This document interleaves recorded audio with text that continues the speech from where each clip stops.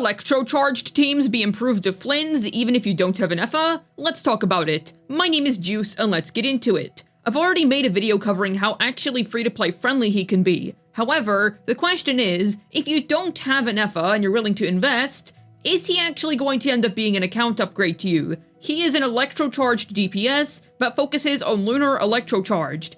But the real question is, will he actually be an upgrade in this archetype if you didn't pull for Ineffa previously or if you missed her for whatever reason? Well, in order to evaluate that, we need to look at some other electro DPSs that are able to run electro-charged. For this video, I'm going to be focusing on two candidates, Coriander and Raiden Shogun. The thing is, if we're just talking about who the best electro DPS is, that would be Veressa. She's extremely free-to-play friendly because on her banner, literally every viable teammate was already there for her, so if you pulled the character, then you already have a complete team. Veressa's also just a top 5 DPS at the minute, so if your question is he going to be the new strongest electro DPS without Ineffa, the answer is no, because Veressa just absolutely annihilates him in that department. However, what we're looking for is he better in electro-charged specifically, because that is his niche, and is he actually going to be an upgrade for you there, even if you don't have his, considering how much of a drop-off it is for him to not have an Ineffa? Well, the thing with Raiden is that at C0, her damage numbers just aren't that impressive, and they haven't been impressive for a very long time. At C2, her case has helped, but even at C2, her DPS just isn't really all that anymore. Back during her prime time, it was extremely impressive damage, but nowadays, damage numbers have just went up, we have far better DPSs now, so honestly C2 Raiden just isn't all that. We're gonna be focusing on C0 though. And if C2 isn't really doing all that much, then what makes us think that C0 would be doing all that much? Yes, she can definitely drive a strong double hydro core, and she can definitely help out with energy requirements for Farina and Yelan. And that's another thing, you can actually comfortably run Farina and Yelan with her, without having to worry about breaking her team synergy. However, that's the thing. I think that a free-to-play team Flins is still going to be better than a C0 Raiden with the double hydro core. Granted, your double hydro core could be built very well, and you might even have constellations on your Lady Farina or Yelan. That could change things. However, it's honestly hard to call C0 Raiden a quote-unquote DPS, because her damage is so low to the point where she is pretty much just a driver. I would say if you've been relying on Raiden Shogun for your electro-charged clears up until this point, I do think that a team of Flins, Aino, Sucrose, and either Fischl or Ororon is going to end up being better than whatever you're currently running with your Raiden. And yes, it is very frustrating that you want to run Aino with your Flins if you don't have Ineffa, because you really need to have two Nordcry characters in order to fully maximize the value of his kit, both for his own reaction damage bonus, and also so that you can fully proc his signature set effect, which can provide him with up to 30% crit rate.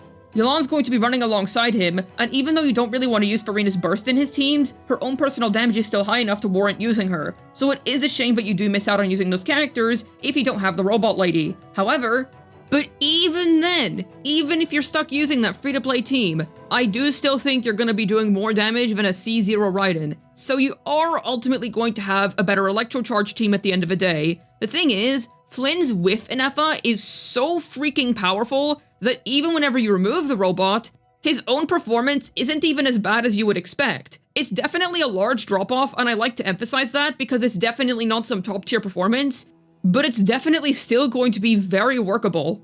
So I do think that if you've been relying on Raiden up until this point as your main electro-charge DPS, then yes, Flynn's free-to-play is going to be an upgrade.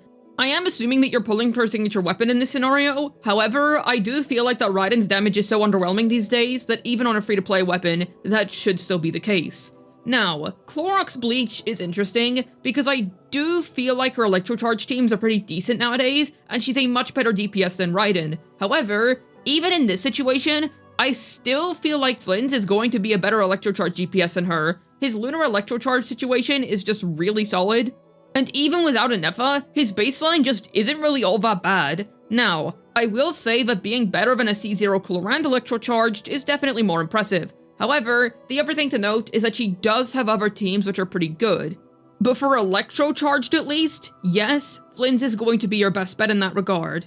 Now, Clorox is still a really good pull because she has so many teams and she still does a lot of high damage. However, if the main thing that you're after is the best electro DPS, well, then you're just gonna want to get Veressa. However, there is actually still a way to save your Flins, even if you don't have Ineffa. However, this is going to require a bit of extra commitment on your end, and it depends if you're willing to do this or not. Now, I would like to emphasize, I do feel like that even at C0R1, without any special teammates or anything like that, he's still going to be a better electro-charged DPS than both Raiden and Coriander, and I do think that that's quite relevant because it is his best team archetype, is what he was designed for, and if that's specifically what you're after, then you will get what you're looking for, even if you don't have the robot lady.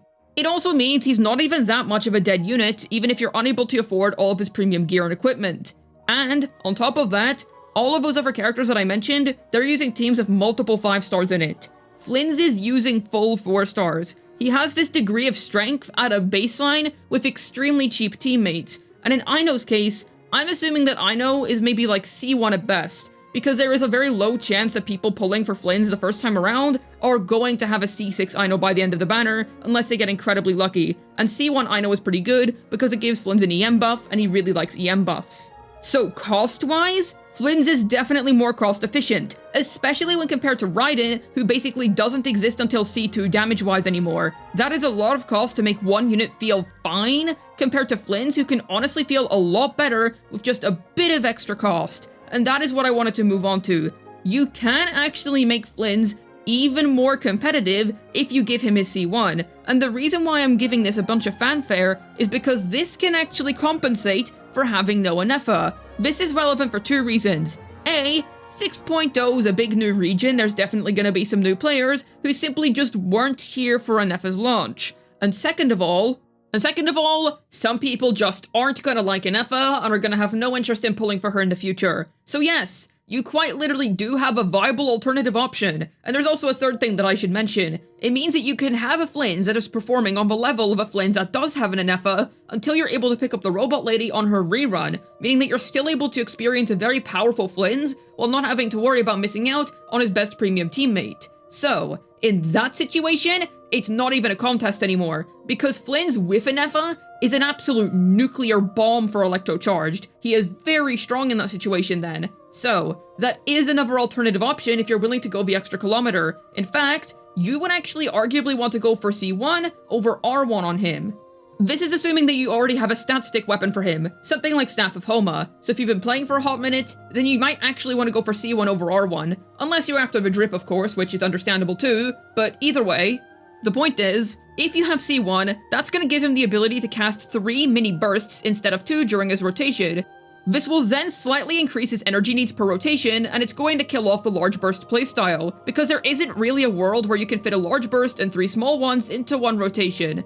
So, with all that in mind, you can very much get your Flins on the level of a Flins with an Ineffa, if you're willing to go that extra bit. However, that is up to you. At C0 with his weapon, or with just a good stat stick weapon, yes, he is going to be your new best bet for electro-charged. And I do think that's quite nice, because it means that even if his drop-off is very large, he's still going to be viable, and you don't really have to feel like you missed out as much. Because I can understand why you would feel like Flins just isn't really worth it at all without an Ineffa, but I feel like I should correct myself, because I too believed that at one point. I do genuinely feel like he's still a pretty decent investment, even if that's not the case. Now granted, I would definitely recommend that you pull for Ineffa on her rerun, very strongly, because you get access to a much stronger team. If not that, then pull for his C1. You're gonna be much happier with his performance. However, if all you're looking for is a strong Electro DPS that's really good in EC specifically, he is going to fill all of your lunar electro-charged needs. I personally don't think that he's absolutely doomed without an Ineffa. It is a shame that he doesn't really have another 4th slot that's as good, and the thing is, you just need a second Electro for him. This isn't debatable. The reason for this is that he really wants another Electro for Electro Resonance, which helps out with his energy, and he needs the particles. Because boy is this guy hungry for energy, so you're definitely gonna want to play a second Electro. You basically cannot scrap that. Fischl and Autoron are going to work fine. Are they going to be as good as the robot lady? No, but we've already discussed that even in such a situation, he's still going to be better than Raiden and Coriander, and he's going to be more than sufficient for your account. Now, if you have Veressa, I actually still think that Flins is going to be a good investment for you. But I'm going to save that for another video, because that's a whole different can of worms to unpack, and I want to discuss it in more detail. I'm really excited about this character, and I'm going to be honest, Nordcry kinda revived what I felt like I was missing from Genshin. I really don't know how to describe it, but I 100% did the whole region already. I love this place. And the compass is really good too. I love how they've done it with Nordcry, so I'm probably gonna true 100% the region too, just because I can. The compass just lets you. But yeah, I really love Nordcry so far. I really love Flins. And to be honest, I'm really excited to pull for him. So yeah, what a glorious character. I'm honestly really excited for him. Anyways, you could expect more content on him soon. Hopefully this video was able to tell you whether Flins is an account upgrade without an Ineffa or not. This has been Juice, signing out. And I wish you all the best saving for this fine gentleman.